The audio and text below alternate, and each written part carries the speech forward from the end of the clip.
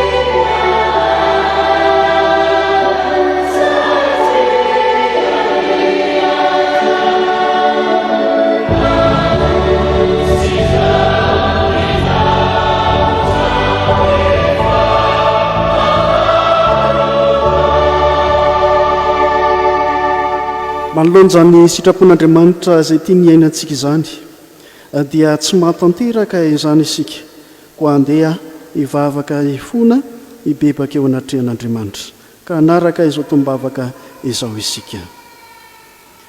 manoloana ny tenanao ry tompo andriamanitra rainay io dia mahatsiaro menatra sy mangay ahy izahay.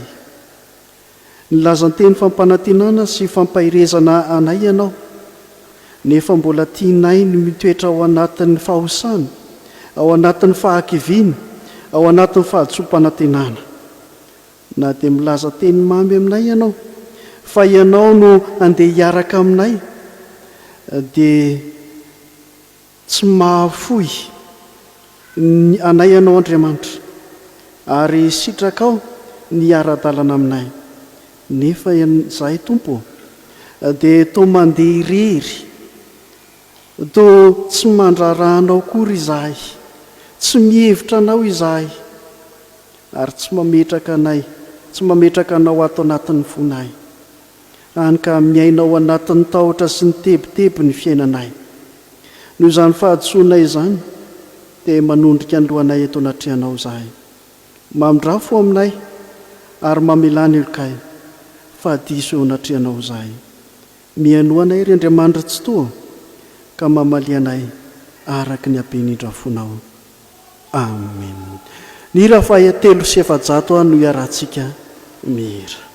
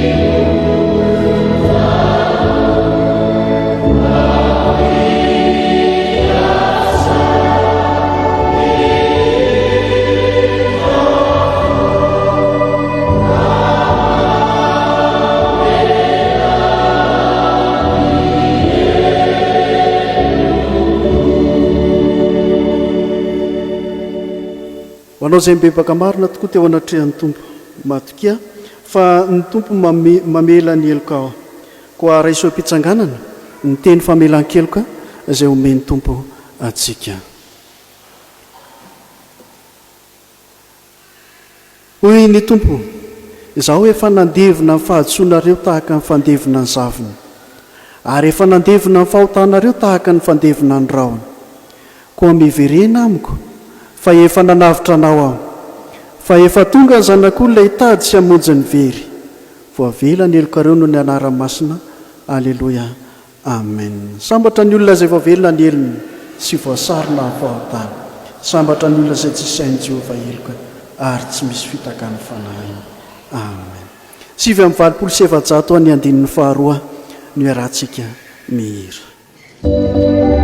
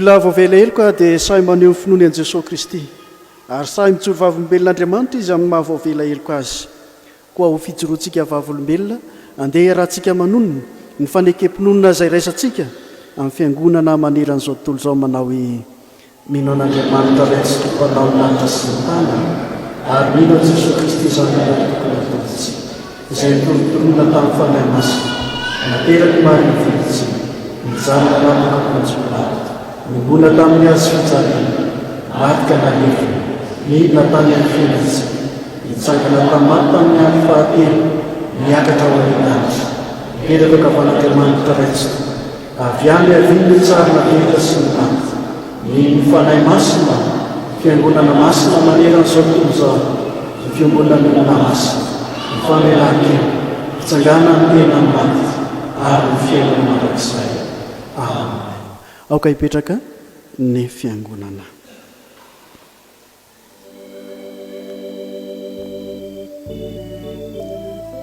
Amin'ny fifaliana ry ava malalo amin'ny tompo no hiara-banantsika rehetra mpianakavy ny finoana na tratra ity andro anio ety.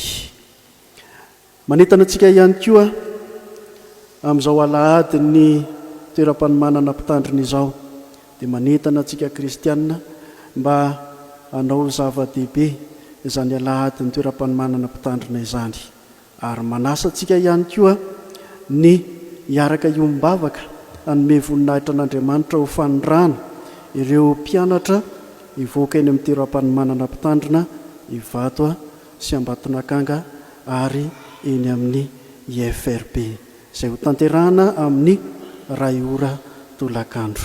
Toy izay ny raharantsika dia ho an'Andriamanitra irery ny voninahitra. Amen. Anatanteraka ny rakitra isika ny hira fahatelo amin'ny 570 no hiarahantsika mihira.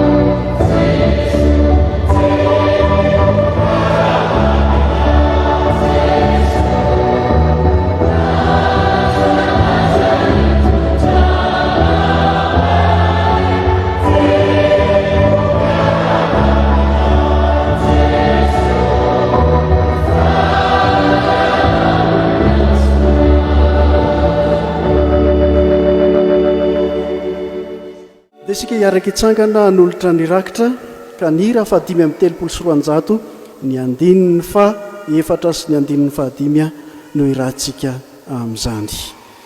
530 ny andininy fa 4 sy ny andininy fa 5.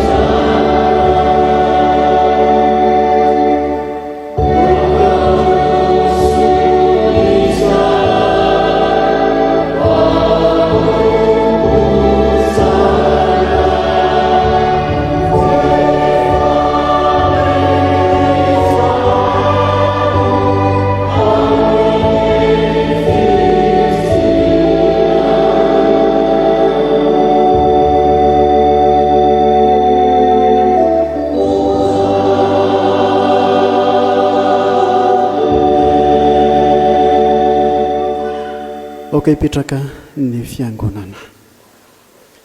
Mialohan'ny hitsangana ireo mpanompon'Andriamanitra izay taribavaka sy hamaky ny teny avy amin'ny soratra masina amin'ny fandimby dia ny hira fa 770 ny andinin'ny fahefatra no iraintsika. Ny hira fa 770 ny andinin'ny fahefatra no iraintsika.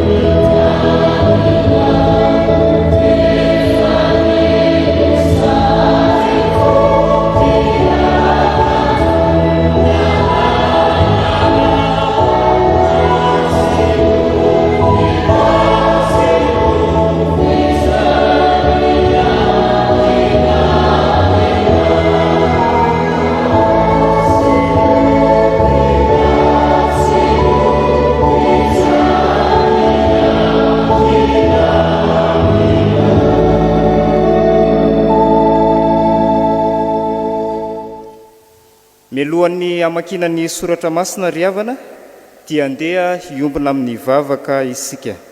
Ivavaka isika. Ry Andriamanitra rainay eo, rainay amin'ny alalan'i Jesosy Kristy, zokonay ianao. Misaotra noho ny fitiavana sy ny famindram-po asehonao isan'andro isan'andro amin'ny fiainanay.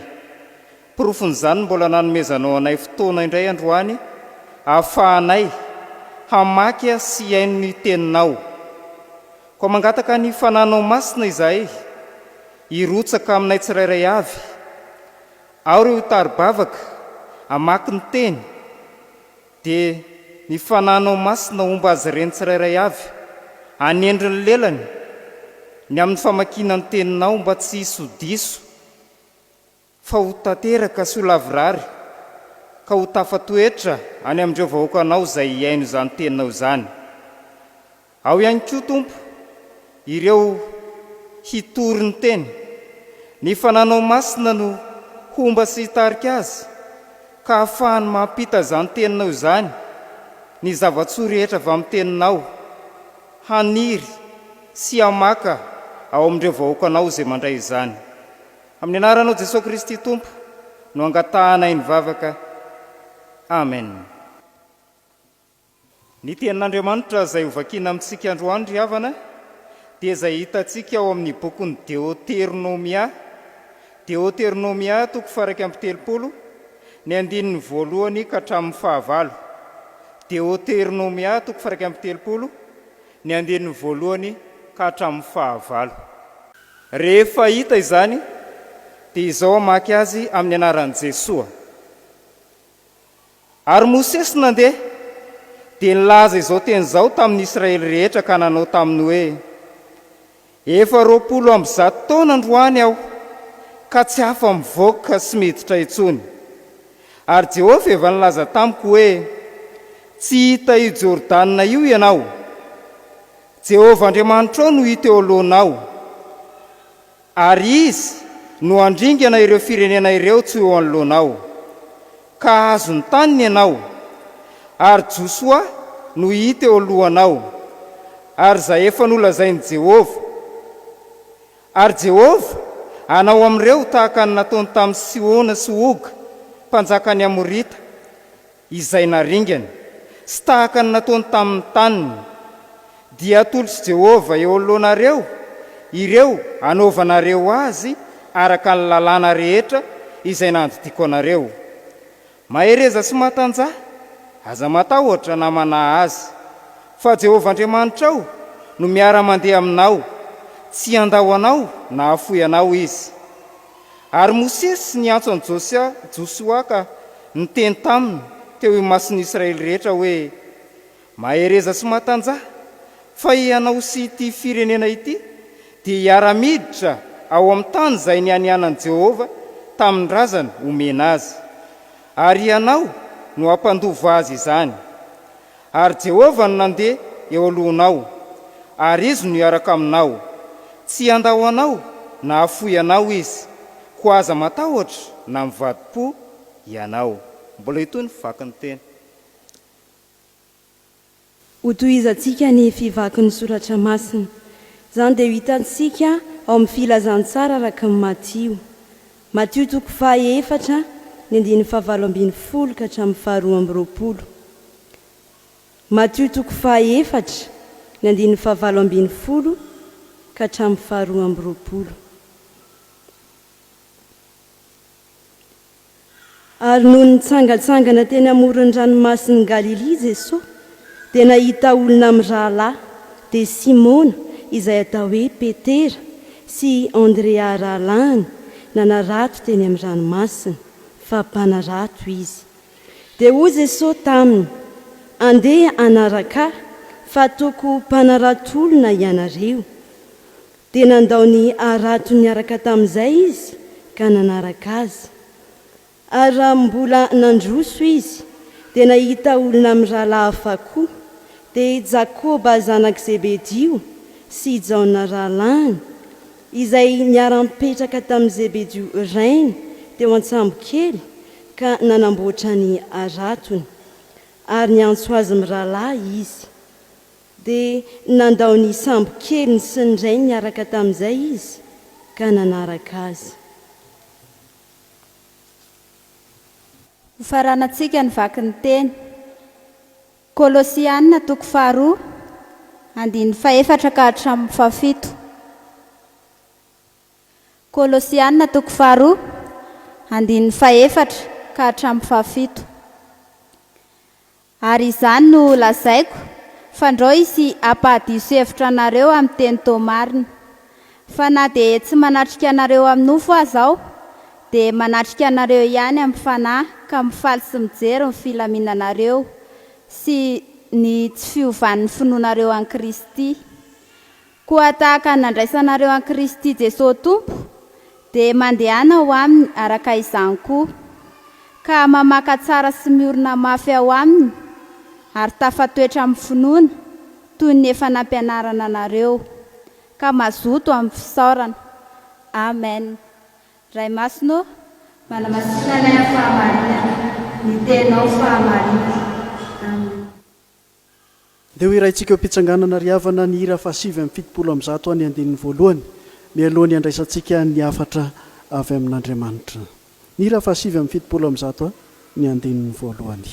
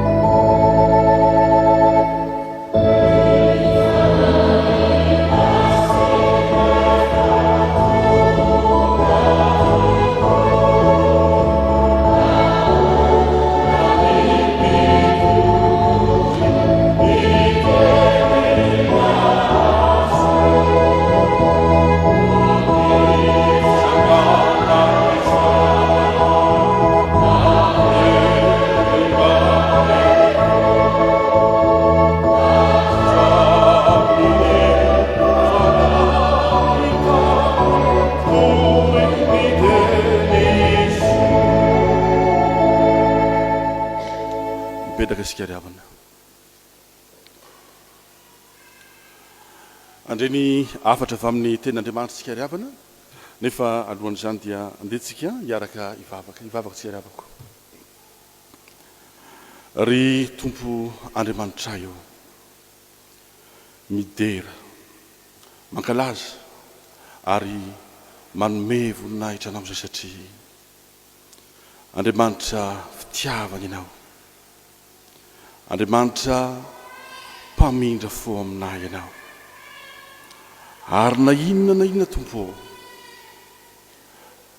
mety ho faratsinay dia manambara ny teninao aminay isan'andro ianao mba handiananay miaraka aminao. Tompo, andreny afatra avy amin'ny teninao izay ankehitriny, amboary reny fonay mba ho tonga tany tsara anyriny izany teninao izany. Izay rehetra manakatsakana ny fahafanay mandray izany teninao izany dia angatanay mba ho esoronao tsy hanan-kery aminahy amin'ny anaranao Jesosy Kristy Tompo no anaovanay izany vavaka izany amen. Ny tenin'Andriamanitra izay andraisantsika afatra amin'ny tian'ity ry havana dia arak'izay hitantsika ao amin'ny Deutéronomie toko faha 2:30 andininy voalohany ka hatramin'ny faha 8. Alohan'ny andraisantsika ny afatra nefany dia mamelana ry havana mba hiaraba sy hisaotra manokana ny toeram-panomanana mpitandrina sy ny Institut de formation et recherche pédagogique izay niantso ana manokana tamin'ny tian'io ty mba hitondra ny tenin'Andriamanitra eto ary fifaliana ho azy ry havana. Arak'izany koa dia miaraba anareo tompon'andraikitra rehetra izay tarian'ny tale isaky ny toeram-panomanana na ny toeram-panomanana mpitandrina zany na ny Institut de formation et de recherche pédagogique eto amin'ny FJKM.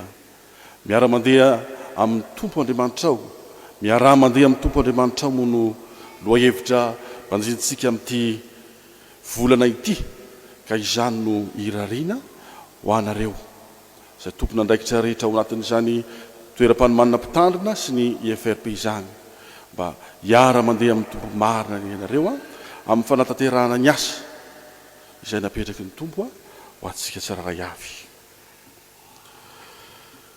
Deutéronomie toko faha 2:30 andininy voalohany ka hatramin'ny faha 8 izany no voalahatra mba ho raisitsika amin'ity anio ty. Io perikopa io ry havana dia mitantara ny amin'ilay lehilahin'Andriamanitra iray, tsy iza izany fa i Mosesy, ary amin'ity fotoana izay hitenenany eto dia efa mahatsiaro Mosesy hoe efa lehibe aho, efa mananika ny 20 taonany izy, ary amin'izany dia mananatra mametraka afatra ho an'ny zanak'Israely sy ho an'ny Josoa ilay andimby azy izy. Lohahevitra roa no hodiniantsika amin'ny anatin'izany perikopa izany.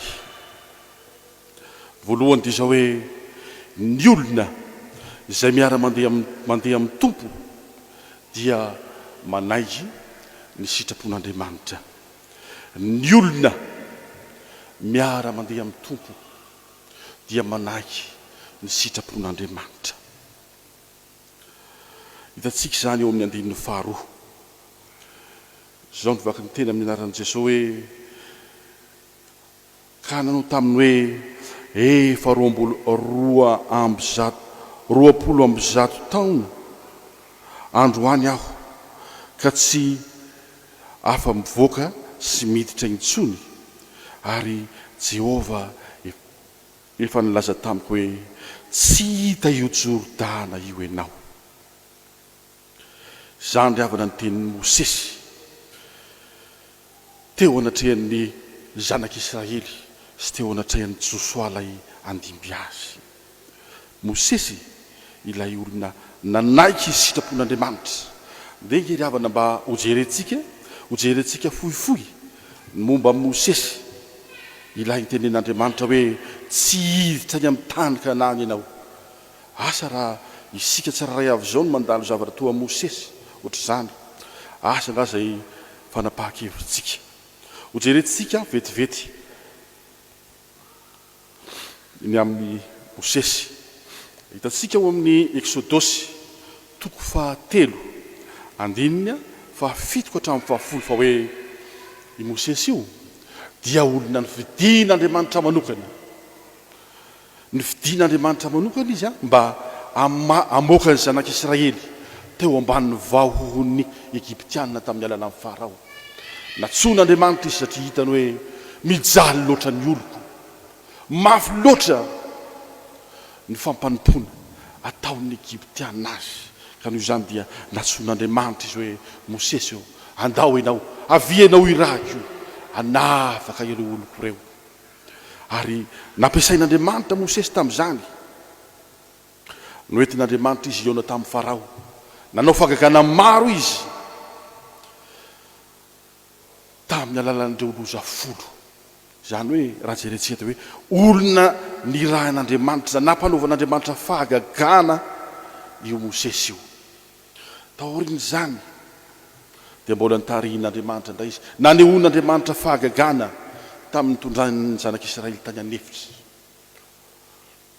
tamin'ny alalan'ny andry avo sy Araona andry Ramona rehefa hita zany dia zao tadiditsika tsara ny tantara hoe nanenjika ny zanak'Israely ny Egyptianina miaramila Egyptianina marobe fa tonga teo amin'ny toerana iray zay tsy nahafahany nanoatra tsony ny zanak'Israely ny miaramila ny Farao ao aoriana miazakazaka andeha amono azy ireo eo alohan'izy ireo ny ranomasina mena tamin'izany nanehoan'andriamanitra ny voninahiny tamin'ny alalan'ilay Mosesy no fidiny hoe ainjiro ny tananao ry Mosesy dia ho hitanao fa isaraka ny ranomasina mena ary andeha toy ny mamaky tany maina ianao amaky vaky zany izany ny tantanan'andriamanitra n'ity Mosesy ity izany ny arahan'andriamanitra ny asa tamin'ny Mosesy tsy vitan'izany ihany fa noentin'andriamanitra namaky hevitra nandritra ny fotoana maro izy nataon'andriamanitra nandresy izy tamin'ny ady izay natrehany tamin'ny fahavalony ary mbola nametrahan'andriamanitra fitokisana izy ny amin'ny hoe hitondra ny didy 10 ho an'reto zanak'Israely reto nahagaga rehefa riavana fa izao indray mandeha i Mosesy hitantsika zany ao amin'ny Nomeri 20 indray mandeha tsy fanaraka tamin'izay nitenin'Andriamanitra ny zavatra nataon'ny Mosesy Nomeri 20 andininy 12 manao hoe ary Jehova niteny tamin'ny Mosesy sy Arona hoe satria tsy nino ahy ianareo anamasina ahy eo masony zanak'Israely dia tsy hitondra izao fiangonanao izao ho any amin'ny tany izay nomeko azy ianareo fa inona ny zavatra nataon'ny Mosesy raha nytenenin'ny tompo izy hoe teneny fotsiny io vatolampy io dia hivoaka rano tsy izany nataon'ny Mosesy fa nikapohiny ilay vatolampy ary izany natezitra n'Andriamanitra taminy ka nitenenany hoe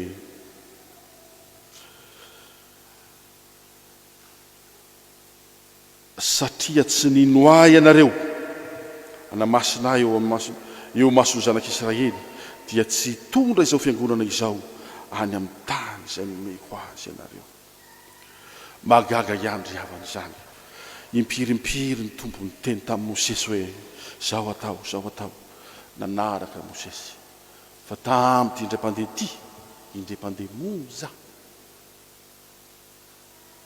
dia tsy navela ny tompo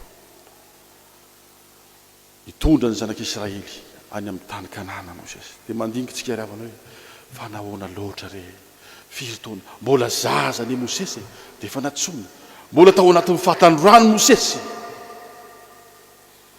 dia efa nasehon'Andriamanitra ny fahagagana navelan'Andriamanitra hitantana ny zanak'Israely fa eto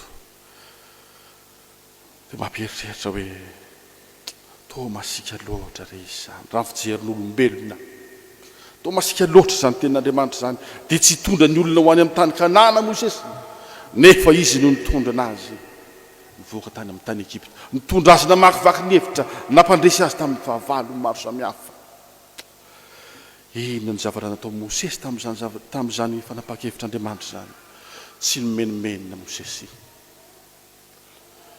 tsy mba miady varotra izy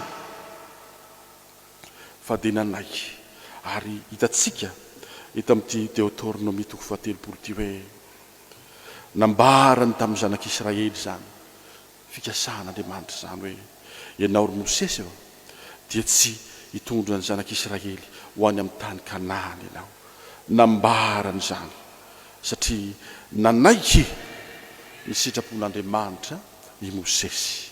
Zavatra roa no ambarany eto hoe antony tsy hitondrany Mosesy ny zanak'Israely any anefitra.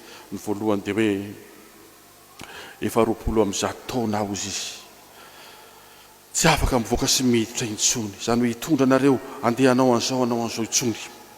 Ary ny tompo dia efa nilaza hoe tsy hita io Jordana io ianao. Ny zavatra mahafaly javana dia hoe i Mosesy manaiky ny sitrapon'Andriamanitra izy, manaiky ny sitrapon'Andriamanitra ary izy na dia fantatra ary fa tena tao anatin'ny fikasany izany hoe hitondra ny zanak'Israely ao amin'ny tany Kanana izany.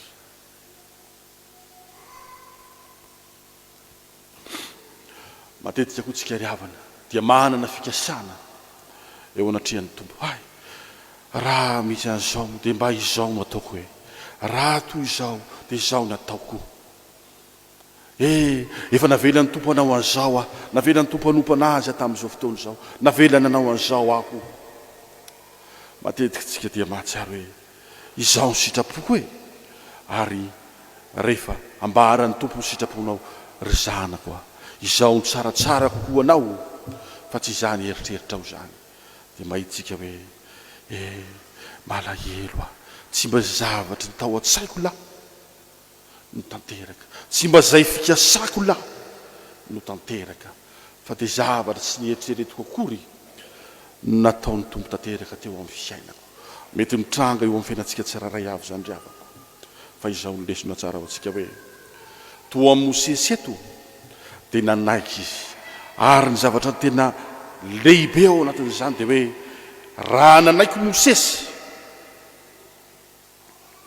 fa hoe izao ny sitrapon'Andriamanitra dia nosokafan'Andriamanitra ny sainy, nataony nahita hoe raha Jehova miaraka amin'ny olona dia misy lalana tsara lavitra izay tondran'Andriamanitra azy. Hitantsika izany manompo amin'ny 9:7 hatramin'ny 9 hoe Andriamanitra mihitsy no hiady ho an'ireto zanak'Israely reto. Andriamanitra no hiaro azy amin'izay ady tsy maintsy hatrehiny, ary natsony manokana i Josoa mba hiara hiasa azy amin'izany. Mihevitra raisitsika amin'izany ry havana dia hoe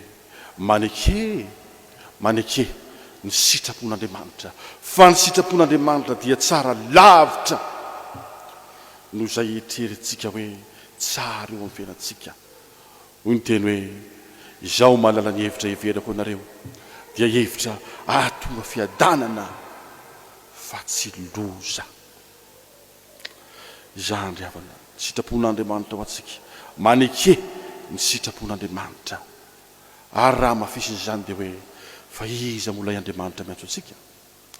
Ilay Andriamanitra miantso antsika mba hanao ny sitrapony, mba hiara andeha aminy, dia tsy iza fa ilay Andriamanitra fitiavana. Enina n'izany ny ary Paoly apôstôly dia foiny mba ho fanavotana antsika maika afa-tsy ny zavatra rehetra. Koa izany ry havana ny tokony hanekentsika mandrakariva ny sitrapon'Andriamanitra eo amin'ny fiainana. Faharoa dia hoe ny olona miara-mandeha amin'ny tompo dia mahery noho ny fomban'Andriamanitra. Ny olona miara-mandeha amin'ny tompo dia mahery noho ny fomban'Andriamanitra. Hitantsika izany ry havana manomboka eo amin'ny 7. Izao mivaky ny teny hoe Jehova Andriamanitra ao no hita eo anoloanao, ary izy no andringana ireo firenena ireo tsy eo anoloanao.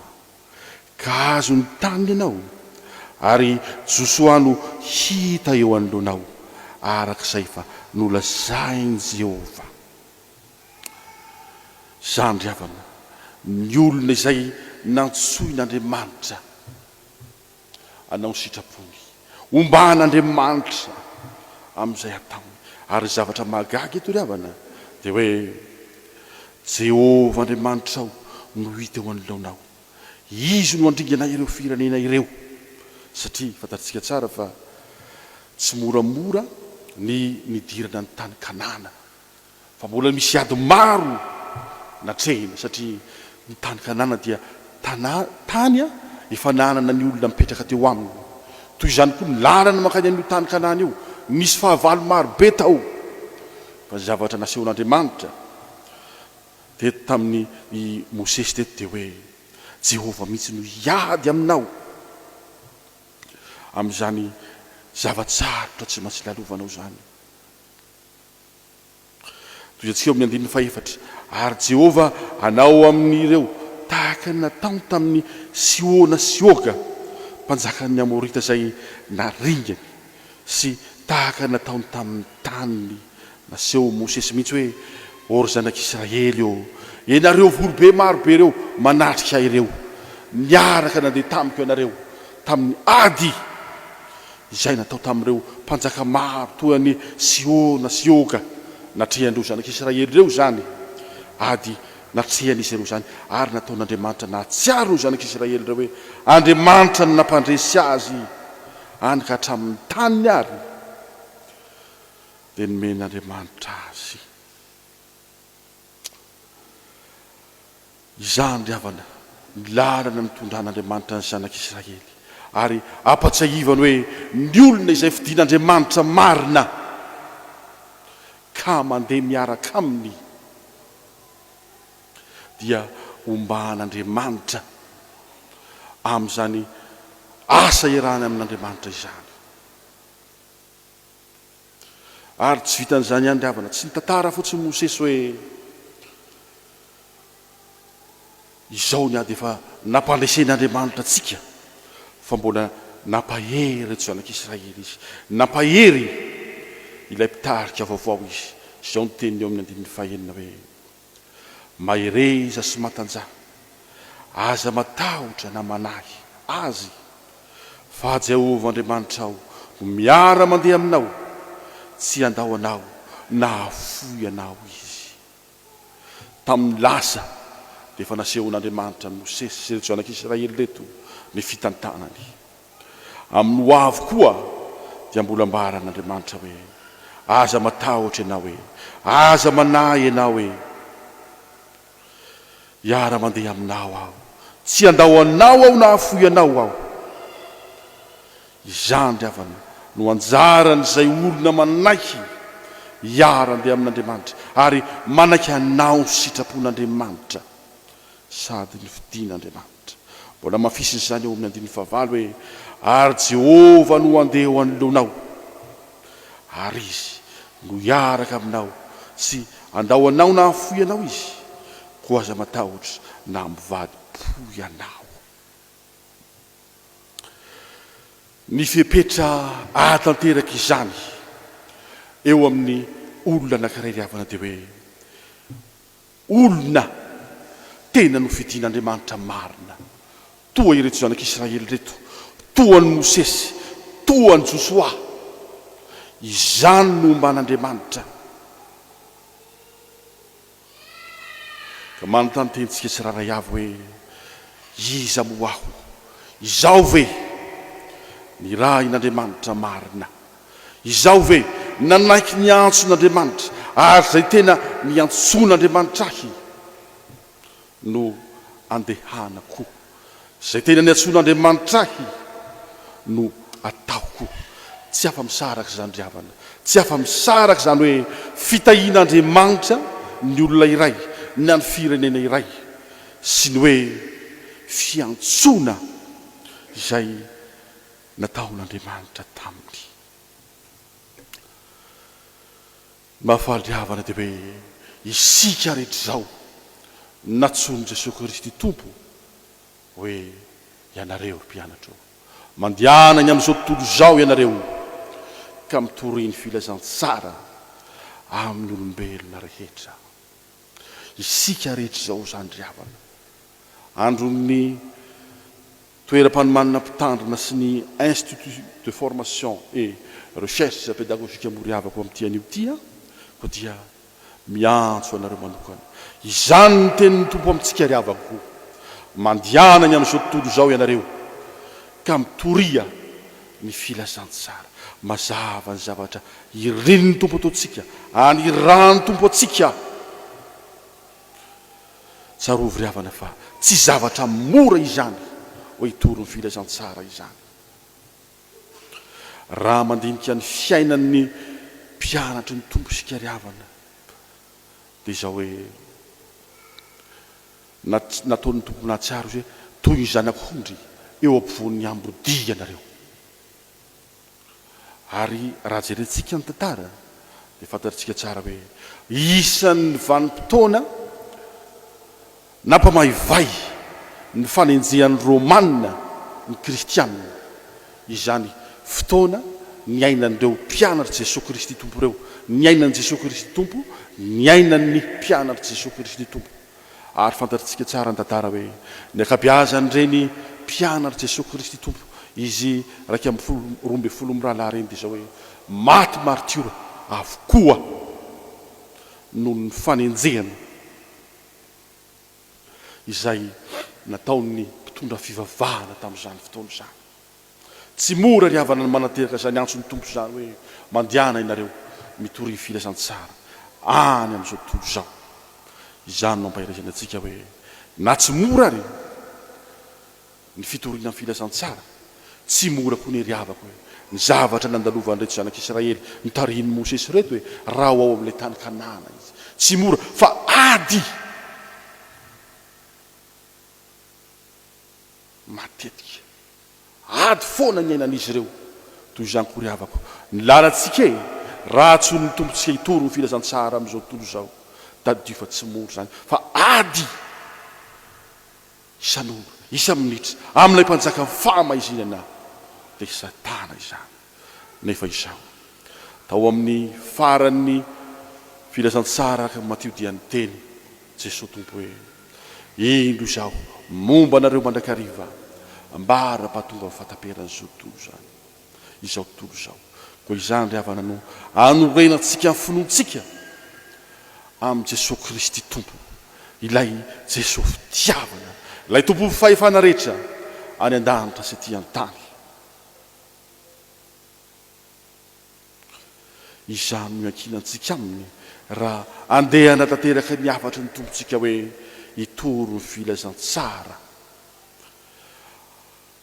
amin'izao tontolo izao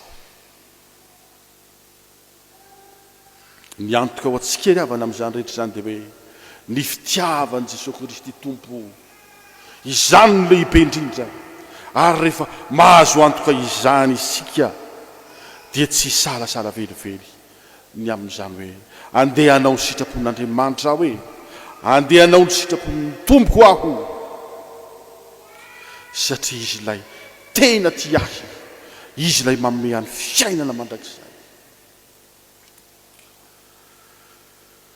ry havana malala amin'ny tompo loha hevitra roa no ny mpanjintsika tamin'ity anio ty ny amin'izany hoe ferahana mandeha amin'ny tompo izany dia voalohany hoe manahiky izy sitrapon'Andriamanitra tsy afa-misaraka amin'ny fiainan'ny olona mino ry havana izany hoe manahiky ny sitrapon'Andriamanitra raha te hiara mandeha amin'ny tompo mandrakariva isika dia voalohany dia hoe manekery sitrapon'Andriamanitra fa izany ny tsara lavitra ho atsika ny faharoa dia hoe ny olona miara-mandeha amin'ny tompo dia mahery noho ny fomba an'Andriamanitra azy sarotra ny ady atrehantsika ry havana ny amin'izany hoe fitoriana filazantsara zany nefa ny tompo nefa niteny hoe momba anareo mandrakariva aho ambara-pahatonga fataperan'izao tontolo izao koa mahereza ry havako aoka ny tompo no mbanjintsika ilay manefa izany teny izany ho an'Andriamanitra ny voninahitra amen.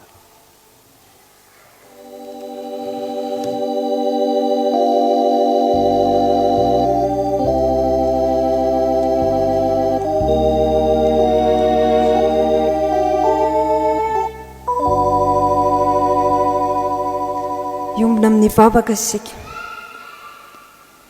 Andriamanitra rainay io misaotra anao zahay no izao alahady izao misaotra noho ny teninao izay manavao anay amin'ny fiaraha-mandeha aminao. Indreto izahay manavao ny fanekenay ny sitraponao Andriamanitra satria ianao no mahalala izay iverana anay. Ianao no namorona anay sy miadidy anay zanakao ka mikendry fiadanana sy ny mahasoa anay ianao. Indreto izahay hijoro amin'ny hery sy mifampaherezanao satria ombanao izahay, nofidinao izahay ka andeha hitory ny filazantsara, tsy atahotra, tsy hiemotra raha sendra fahasarotana. Fa Jesosy Kristy no miara-mandeha aminay, mialoha lalana anay ary ampahomby ny asa izay ataonay. Ankehitriny dia tondram-bavaka ny fiangonan'i Jesosy Kristy eto Madagasikara izay rafetan'ny toeram-panomanana mpitandrina sy ny IFRP izahay. Ampaherezinao ane ny filohan'ny FJKM sy ireo mpiara-miasa amin'ny rehetra ao amin'ny Foibe, ny mpitandrina rehetra ary ny tompon'andraikitra rehetra any amin'ny synodam-paritany, ny fitandremana, ny fiangonana ary ny vondron'olona miara-mivavaka mba samy ahefa be havita ny asa izay niantsonao azy ny tsirairay. Tehirizo ao amin'ny fiombonana ny fiangonana araka ny vavakao Jesosy Kristy. Fa mametraka ampelantananao ny fiainan'ny toeram-panomanana mpitandrina rehetra sy ny Institut de formation de recherche pédagogique izahay, ka mivavaka ho an'ny tale ny mpampianatra rehetra, ireo mpandraharaha rehetra mba homenao hery sy fahasalamana anaovana ny asanao. Omeo fahazavan-tsaina amin'ny fanabeazana sy fanomanana mpitandrina sy ny mpampianatra ary ataovy tanteraka ao amin'izy ireo ny fitiavana ny asanao Andriamanitra, mba hanaovan'ny asany amin'ny mpitiavana. Fa mivavaka izahay ho azy ireo sy ny ankohonany mba ho feno fifaliana izy ireo. Mangataka aminao izahay ho amin'ny mpiomana mpitandrina sy ny mpiomana mpampianatra rehetra mba amin'ny ankohonany, mba homenao fahazavan-tsaina, fitiavana ary fanekena ny fitondranao Andriamanitra. Iorina mpinoana eo amin'ny mpanantanterahana ny asa aminao ka mpianatra ny teny tsy misy kilema hitory an'i Jesosy Kristy mba ho voaova ny tantarany Madagasikara amin'ny alalan'ny filazantsara. Aroviny tsiraray amin'ny fihazakazahan'ny fahalalana izay mety hisesehan'ny fampianaran-diso. Fa mivavaka koa izahay ho an'ny kristianina manontolo mba hitombo amin'ny finoana sy ny asa ary ho tia sy ho saro-piaro ny amin'ny toeram-panomanana sy ny sekoly FJKM ary ny fananan'ny FJKM rehetra. Mametraka ny fiainan'ireo mpanohana ny toeram-panomanana rehetra izahay, misy ny sakaiza, ny fikambanana, ny olon-tsotra, ianao Andriamanitra hitsinjo ny fiainan'izy ireny tsirairay. Ny fanabeazana ny ankizy sy ny tanora, ny hoavy ny taranakay ary ny firenenay dia entinay aminao Andriamanitra. Mivavaka manokana izahay ho an'ny fanompom-pivavahana eny Antsahamanitra Rariva izay amoahana ny mpitandrina sy ny mpampianatra andian'ny miray mba ho tanteraka soamantsara izahay. Izay tsirairay avy reto koa Andriamanitra dia samy manana izay fanirianay, ny tanjonay, ny vinanay amin'ny ho avy. Koa tanterao aminay araka ny fahasoavanao. Iombonanay ny vavaka nampianarinao Jesosy hoe rainay eo izay any an-danitra. Masinany ny anaranao, tonga ny fanjakanao, atao ny sitraponao ty an-tantaka ny an-danitra. Milovanay izay anasazoanay, ary mamelany mikay tahaka mamelany izay efa taminay. aza mitondranay amin'ny fakapana manafahany amin'ny ratsy manao fanjakana sy ny hery ary ny voninahitra mandrakizay. Amen. marina izao fotoana izao sika rehefa malalo amin'ny tompo a andeha iraintsika eo am-pitsanganana ny hira faraiky amin'ny 700 ny andinin'ny fahefatra mialohan'ny tsodrano izany.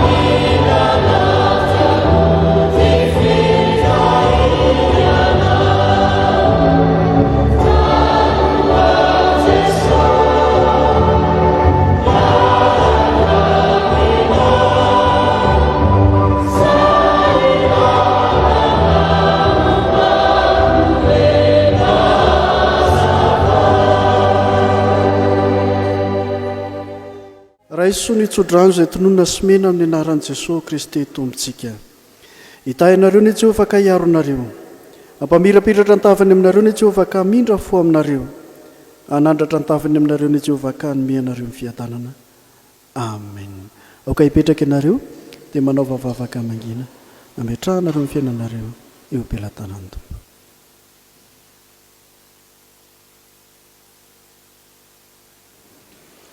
Dia ho an'Andriamanitra irery ny voninahitra amin'ny anaran'ny Ray sy ny Zanaka ary ny fanahy masina. Amen. Ny fanompoam-pivavahana izay natolotry ny fiangonan'i Jesosy Kristy eto Madagasikara no narahanao teo. Mankasitraka anao izay tamin'ny fanarahana izany ary mampatsiahy ihany koa ny fotoana anio hariva ao Antsahamanitra amin'ny 2 ora, fotoana izay amoahana ireo mpianatra mpitandrina sy mpampianatra. Mirary soa tompoko.